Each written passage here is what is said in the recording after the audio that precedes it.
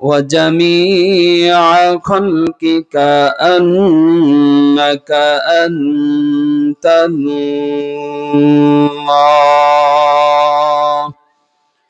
لا إله إلا الله فهو الواحد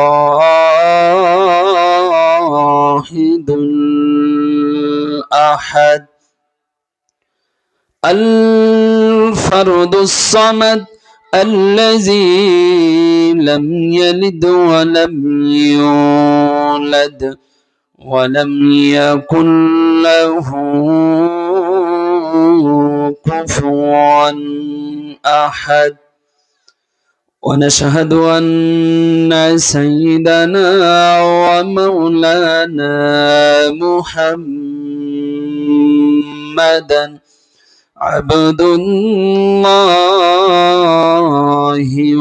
ورسوله الذي أرسله بالحق بشيرا ونذيرا وداعيا إلى الله بإذنه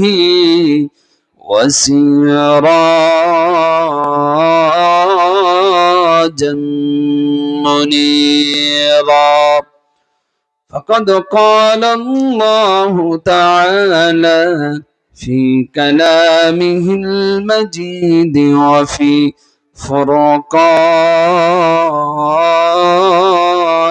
الحميد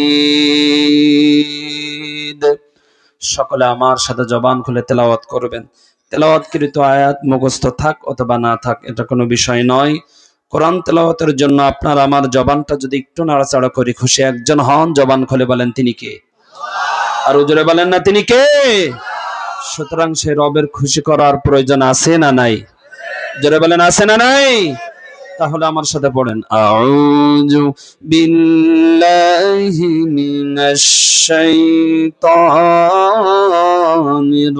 রাজিম বিসমিল্লাহির রাহমানির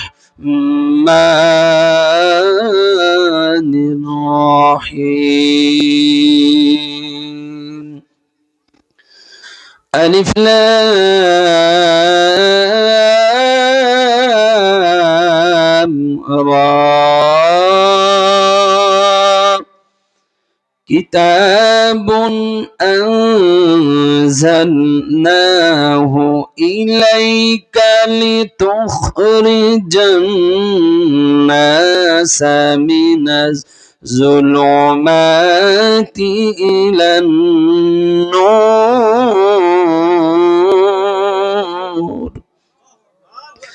من الظلمات إلى النور بإذن ربهم إلى صراط العزيز الحميد وقال رسول الله صلى الله عليه وسلم من قرأ القرآن وعمل بما فيه ألبس والداه تاجا يوم القيامة وقال رسول الله صلى الله عليه وسلم يشفع يوم القيامة ثلاث الأنبياء ثم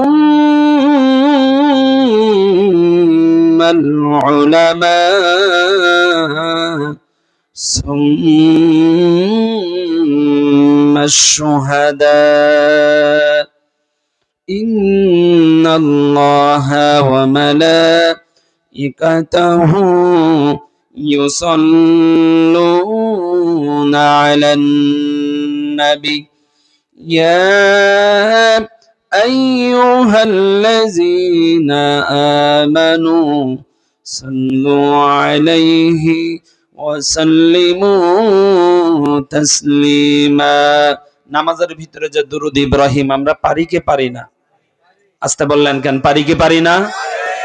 তাহলে আমরা একটু পড়ি। আল্লাহুম্মা সাল্লি আলা মুহাম্মাদিন ওয়া আলা আলি মুহাম্মাদ কামা সাল্লাইতা আলা ইব্রাহিম ওয়া আলা আলি ইব্রাহিম ইন্নাকা হামিদুম মাজিদ। اللهم بارك على محمد وعلى آل محمد كما باركت على إبراهيم وعلى آل إبراهيم إنك حميد مجيد رب اشرح لي صدري ويسر لي أمري واحلل عقدة من لساني يفقه قولي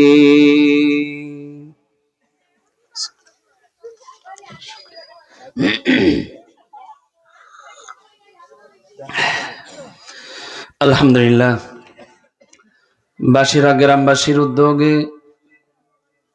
৭ম তাফসীরুল কোরআন মাহফিল, আজকের মাহফিলের সভাপতিত্বের আসন অলঙ্কৃত করেছেন যিনি খানায় কাবার মেহমান আলহাজ হযরত মাওলানা আফজাল আহমদ জৌনপুরি দামাত বারাকাতুহুমুল আলিয়া। আল্লাহ সুবহানাহু ওয়া তাআলা আল্লাহর বান্দাকে, আল্লাহর গোলামকে কোরআনের মাহফিলের সভাপতিত্ব করার কারণে আমৃত্যুকাল পর্যন্ত ইসলামের জন্য, কোরআনের জন্য রব যেন কবুল ও মঞ্জুর করে নেয়। একটু জবান খুলে বলে আমিন। আপনারা বড় সৌভাগ্যবান। আল্লাহ তাআলা কম বেশি পুরা বাংলাদেশ ঘুরাইতেছে। কিছু কিছু জায়গায় এমন সভাপতি হয়, আমার মনে হয় না যে জুমার নামাজ ছাড়া আর উক্তেও আর কোনো নামাজ পড়ে কিনা, এমন সভাপতি আছে না নাই? আস্তে কথা বলবেন না, আছে না নাই?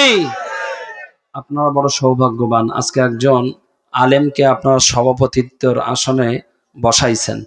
আল্লাহ তাআলা যেন এই মাহফিলটাকে দুনিয়া এবং আখিরাতে উভয় জায়গায় মুক্তির জন্য, নাজাতের জন্য রব কবুল মঞ্জুর করে নেয় বলে আমিন। আমার আগে যে দুইজন আলোচনা করছে, আসলে হযরতদের নাম জানি না, কিন্তু হযরতদের আল্লাহ তাআলা এলেমে হেলেমে কণ্ঠে আল্লাহ কিয়ামত পর্যন্ত, আল্লাহ তাআলা যতদিন পর্যন্ত হায়াত রাখছেন ততদিন পর্যন্ত কণ্ঠনালীকে হেফাজত রেখে আমৃত্যকাল পর্যন্ত রব কবুল